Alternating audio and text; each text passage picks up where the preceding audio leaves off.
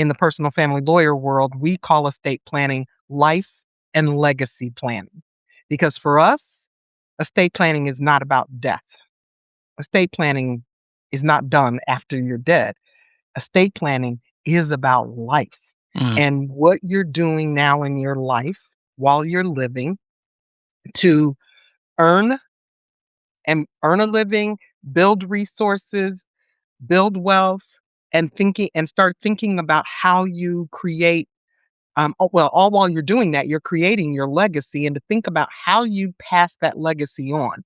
And as you mentioned, I'm very, very, very passionate about this topic for our community, the Black community, because I think the stats say that 70 something percent of us don't have life and legacy plans, or as traditionally called, estate plans.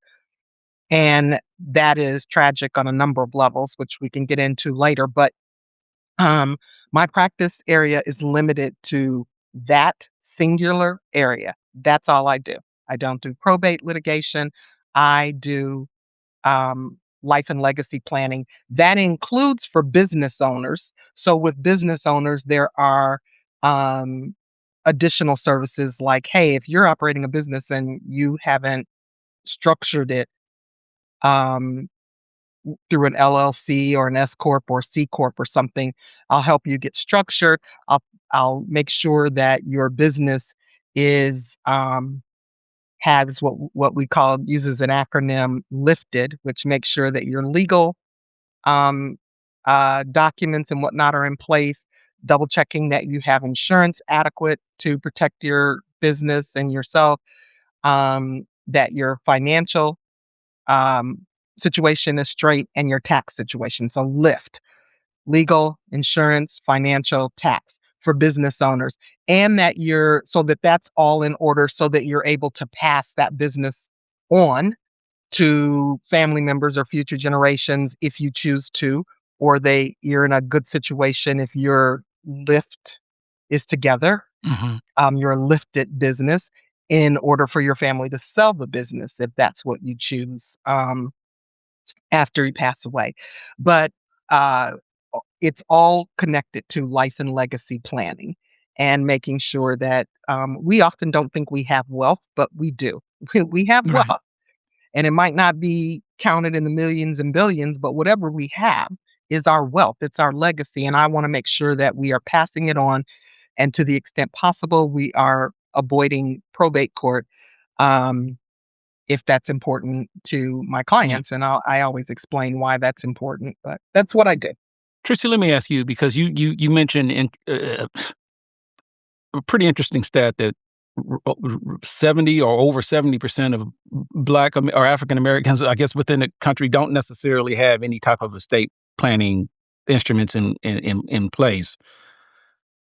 And then this may sound kind of crazy, a crazy question to ask, but let me just ask, because we hear people all the time talk about 401k, the importance of retirement, the importance of life insurance, and so forth.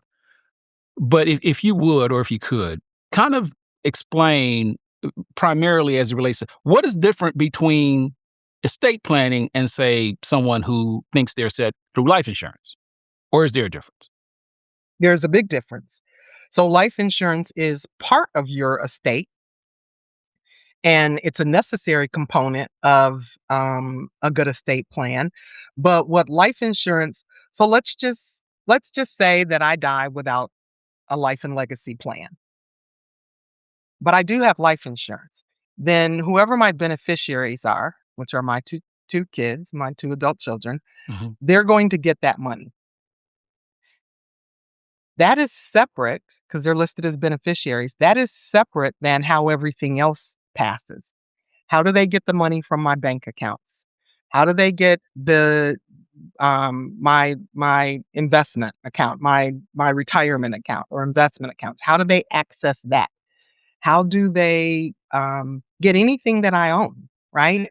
And um, life insurance is part of an estate plan, but the estate plan is the organization of all of your assets, and it is telling the story to your loved ones of how you want this passed on, who you want to get what. what to do with these things and assets in the event of your death. What if I become incapacitated? I'm in Atlanta, 285 is treacherous. What if I'm in a car accident?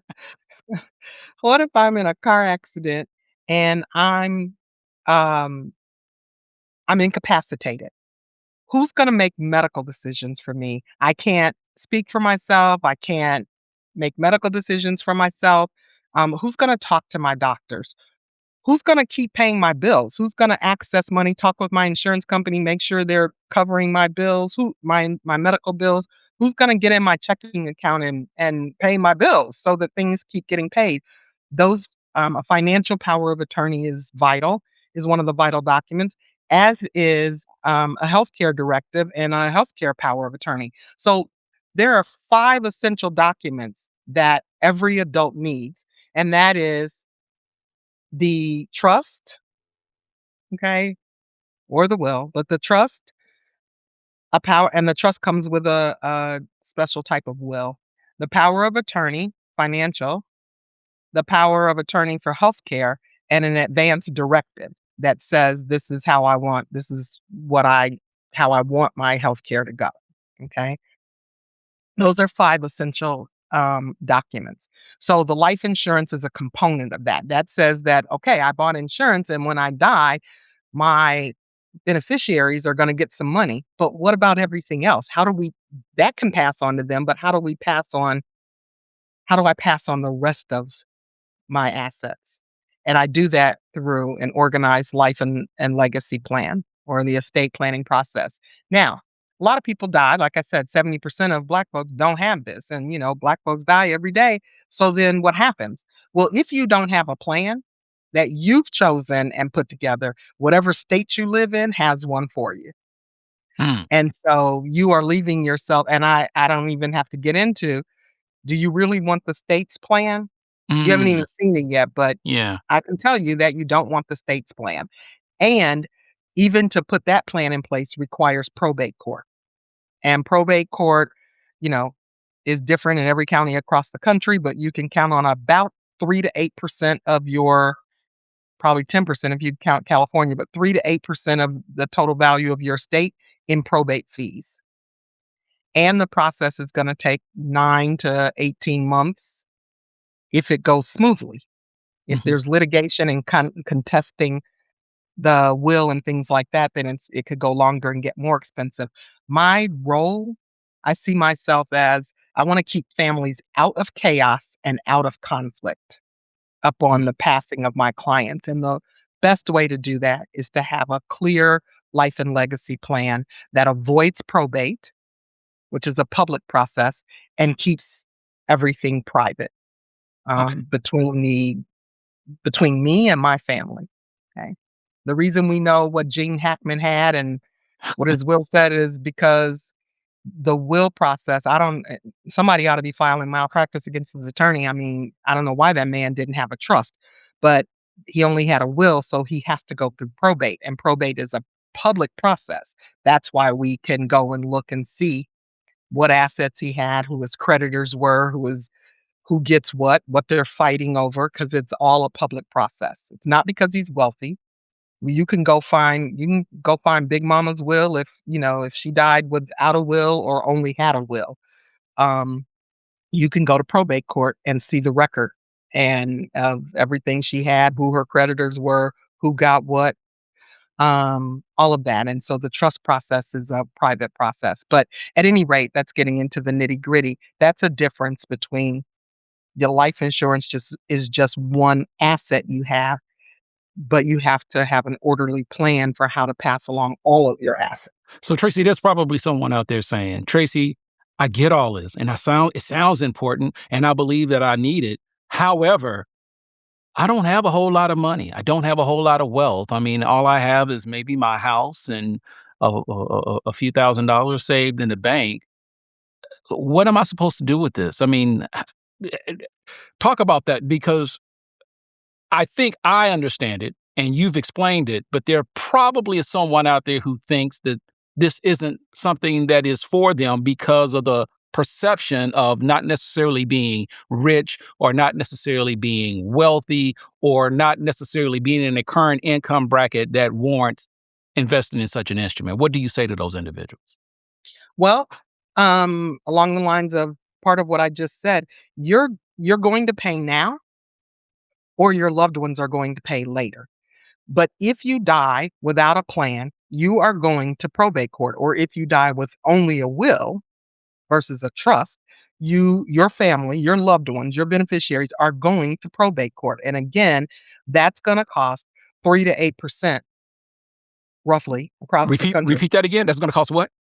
3 to 8% of the Okay. value of your estate. So you've got a house that once you subtract your mortgage balance out of it, maybe your house is you got 100,000 in equity, maybe you have 200,000 in equity. Maybe your house is paid off if you've been in it for a long time. So you've got this very valuable asset, right? And you have a checking account and probably a savings account. All right. Let me not talk about life insurance and retirement accounts because you've set beneficiaries for those. It's still all going, those can pass outside of probate, but everything, your house, your bank accounts, any separate investment accounts, if you have any crypto, die without having passed that crypto key along to somebody and it's lost. Hmm. It's just forever lost. Right. Um, so if you die without a trust, even if you have a will, you're going to probate court. Your family is going to probate court. The probate process again costs between 3 and 8%. So let's just take the 3%, all right, and say that you have $100,000 in assets. That's your gross wealth is Mhm. $100,000. Well, there's $3,000 right there. Mhm. Period. That you can count on. My will plan, which is still going to send you to probate court for all of the documents that you need, is $2,000, Hmm. right?